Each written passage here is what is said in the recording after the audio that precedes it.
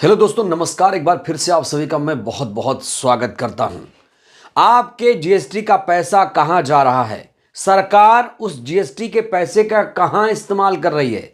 राहुल गांधी ने आज जीएसटी का मुद्दा उठा दिया और एक बड़ा खुलासा किया। खुलासा करते हुए राहुल गांधी ने बताया कि जो आप जीएसटी देते हैं वो जीएसटी कैसे मोदी के नवरत्नों तक चला जाता है। जी हां दोस्तों, साथ ही साथ राहुल गांधी ने आज आदिवासी और दलितों के समर्थन में भी आवाज बुलंद की है।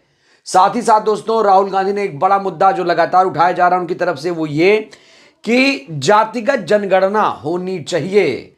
राहुल गांधी इस बार जातिगत जनगणना को लेकर बहुत ज्यादा प्रहार कर रहे हैं नरेंद्र मोदी पर। दोस्तों, आपको बता दूं कि भारत जोड़ो न्याय यात्रा इस समय चल रही है और आपको एक बड़ी बात बताना चाहूंगा।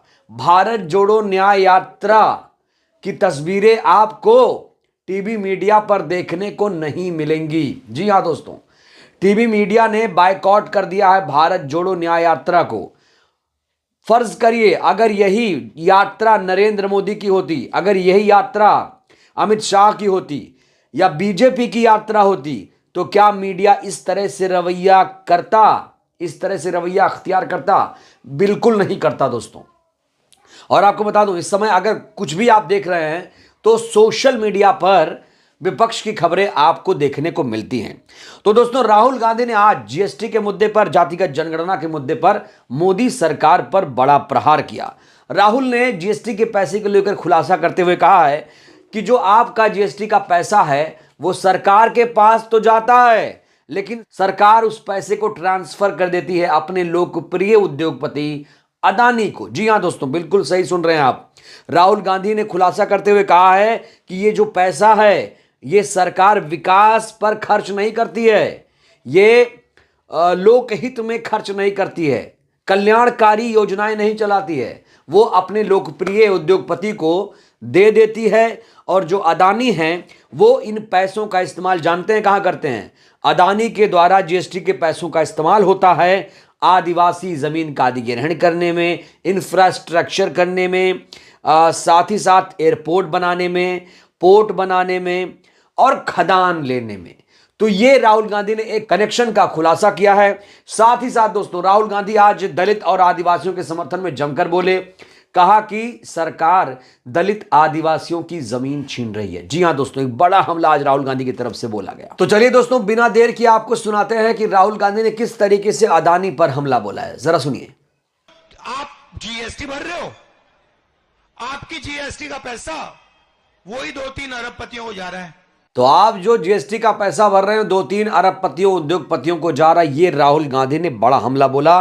साथ ही साथ मोदी की जाति को लेकर फिर से प्रहार किया। साफ तौर पर कह दिया कि नरेंद्र मोदी जिस जाति से आते हैं, जिस मोंड घांची जाति से नरेंद्र मोदी आते हैं, जो मोंड घांची ये जाति गुजरात की है, ये ओबीसी में नहीं थी। नरेंद्र मोदी को ओबीसी का जो सर्टिफिकेट है साल 2000 में दिया गया। तो राहुल गांधी कह रहे हैं जब नरेंद्र मोदी ओबीसी नहीं है इसीलिए वो जातिगत जनगणना से भाग रहे हैं। सुनिए राहुल गांधी ने नरेंद्र मोदी को किस तरीके से जातिगत जनगणना के मुद्दे पर घेरा। देखिए दोस्तों।